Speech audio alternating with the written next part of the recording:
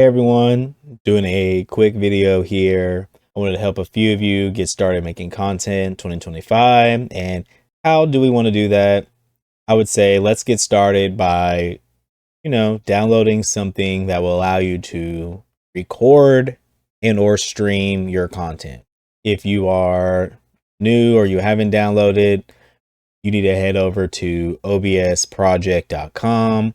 I'll put the link in the description below. Once you do that, you should see a screen like this. If you are, say, visiting this video in 2025, if you're visiting this video in the future, this page may be different, but a too long didn't read, you will want to click the operating system you use. If you're a Windows user, that's Windows 10, 11, you'll click this. If you're a Mac user here, if you're a Linux user, you'll click this one here.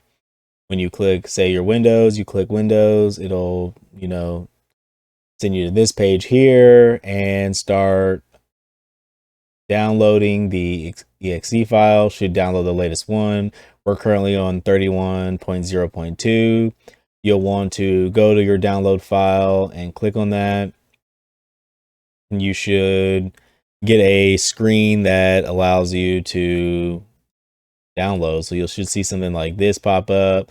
You'll want to hit next and, go through it. I can't completely go through it, but you'll want to go through that download installing process. Just click the default versions or settings. And once it's installed, you should have something like, you type OBS in your Windows here. You hit the Windows key down here and then just type OBS.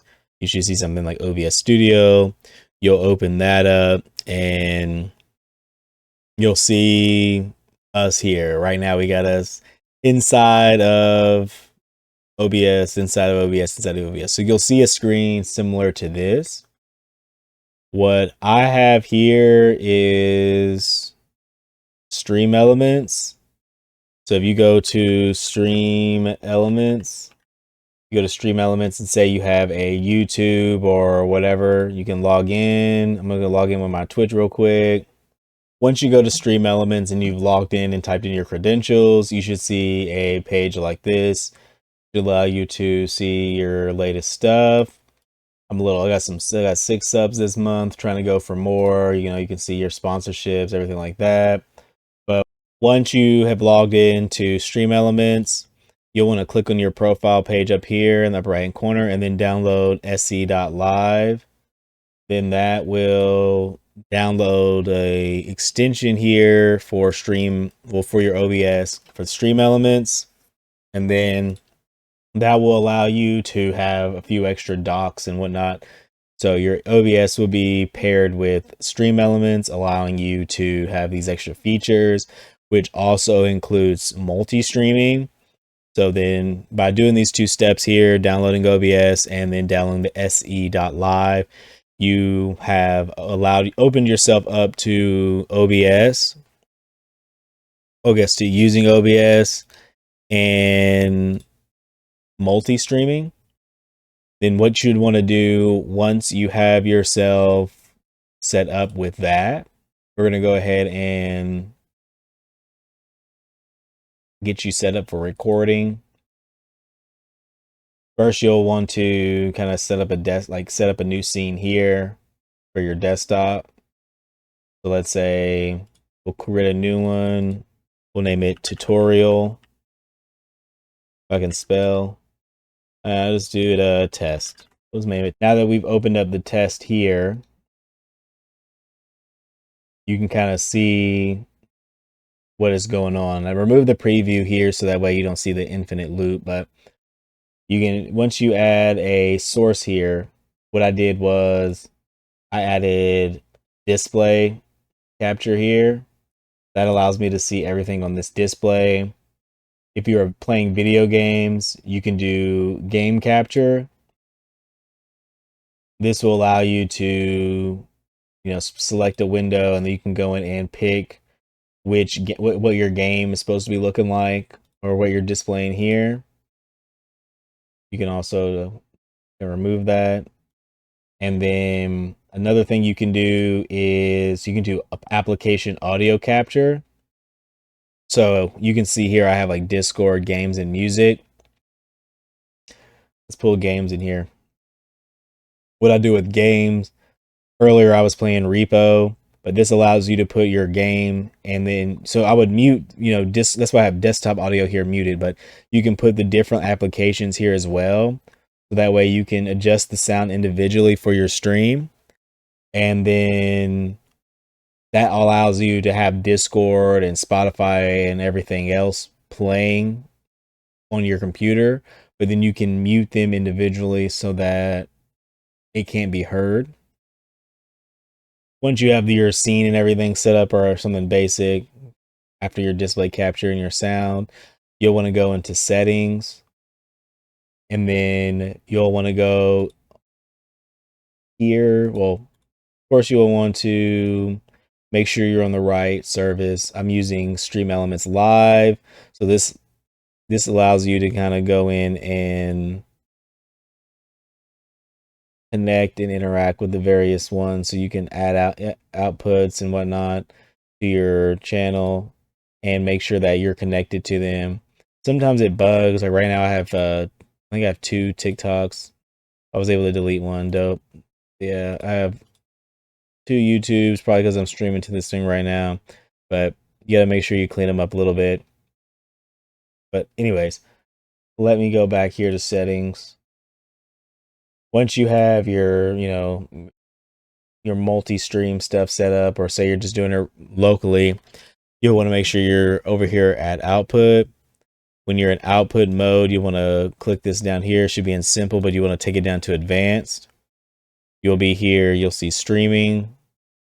You want to make sure that your video encoder, if you're an NVIDIA user, is on NVIDIA NVENC H265. This is the optimal one here. You want to make sure your rate control is on constant bit rate. You'll want to make sure your bit rate is 6,000 or higher. I've had luck at 6,000. Anything higher, I was doing 10,000 on Twitch, but it was causing me some errors. Your preset can be update. You can update this depending on how powerful your computer is. My computer is kind of bad, so I'm on the lower end here.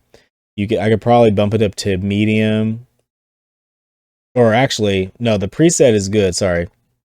If you have, the faster your preset, the lower the quality it is, and the better your computer will run when streaming.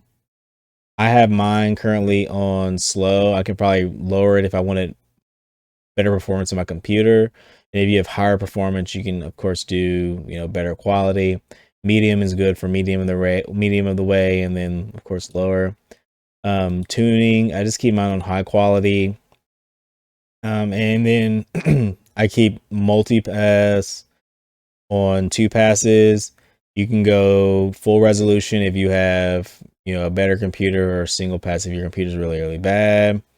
And then GPU, I have 2 GPUs in my computer right now, and that one is a 2070, and one's a 1660.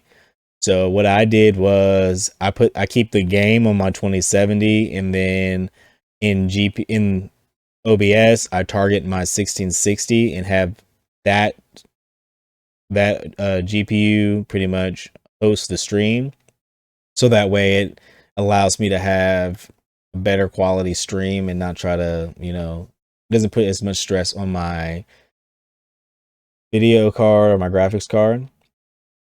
Next, you'll want to go to recording. You'll keep this standard, but you want to make sure that you map your recording path to some place that you're familiar with. I made my recording format MP4, so that way I don't have to do, because it has like a remux mode, so you kind of have to set that up for you. And then I use the same encoder for my stream. You make your way over here to audio, like the tab below. You want to make sure that your desktop audio and your microphone are set to default. or to the device you're using. And that should be all. Oh, actually, we're gonna go to video.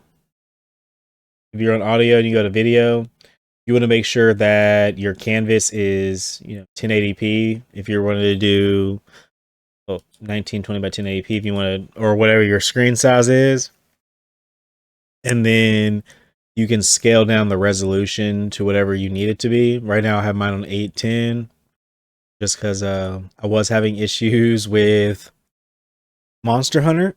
I may bump it up to 1080, and then you can change your downscale filter if you need, and then make sure your FPS is at 60, so that way you can capture all of the high quality frames that you're going to be producing.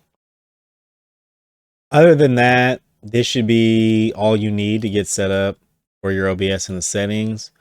If there's anything else I missed, or you all have any other suggestions and tips, put them in the comments below. That way people can learn about them and, share your setups if you like.